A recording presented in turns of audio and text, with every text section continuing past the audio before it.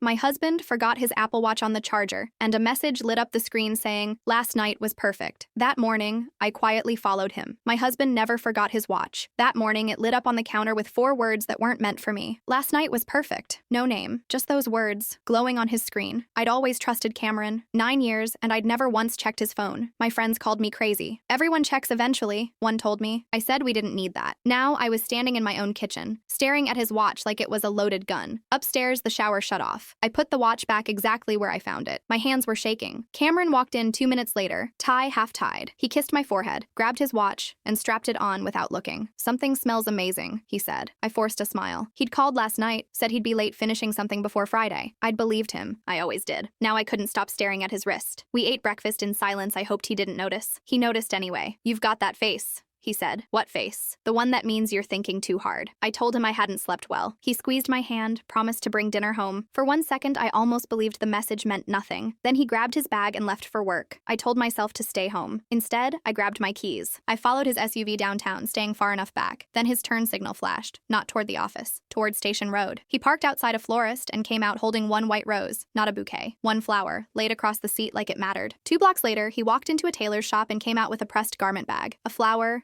new clothes, another late night. My stomach turned over. I kept driving. 15 minutes later, he pulled into the Oak Ridge Community Center. A banner over the door read, "Thursday Ballroom Social." Cameron couldn't dance. At our wedding, he stepped on my feet so many times my maid of honor joked about steel-toed shoes. So why was he walking in with a rose and a garment bag? I got out of my car. I don't know why. My legs just moved. Piano music drifted through an open window. I followed it down a hallway to a narrow window looking into a studio. And there he was. A woman had one hand on his shoulder, fingers laced with his. They moved across the floor in slow, careful steps while she counted under her breath. 9 years, and I had never seen him dance with anyone. Now he glided across the floor with a stranger's hand in his, smiling like he'd done it 100 times. I stepped back, my chest caving in. I told myself to leave before he saw me. That's when an old man's voice cracked from inside the room. "I don't think I can do it," he said. I looked back. An elderly man stood in the middle of the floor, a white rose trembling in his hands. Cameron walked toward him with the same patience he used teaching our nephew to ride a bike. "You're not going to fail," Cameron told him. "You're just scared." "I haven't asked a woman to dance since I was 17, the old man said. "I keep thinking she'll laugh at me." Cameron shook his head. "She won't laugh, but if you don't ask her, you'll spend the rest of your life wondering." My anger drained out and left something else behind, something I didn't have a name for yet. The instructor spotted me first. Her eyes went wide. Then Cameron turned. Every ounce of color left his face. "Mindy?" Before either of us spoke, the studio door opened. A silver-haired woman in a pale blue dress stepped inside, scanning the room. The old man froze, rigid. "Irene's here," he whispered. And I realized I had no idea whose secret I had just walked into, or how badly it was about to blow up. Full story on channel, link below.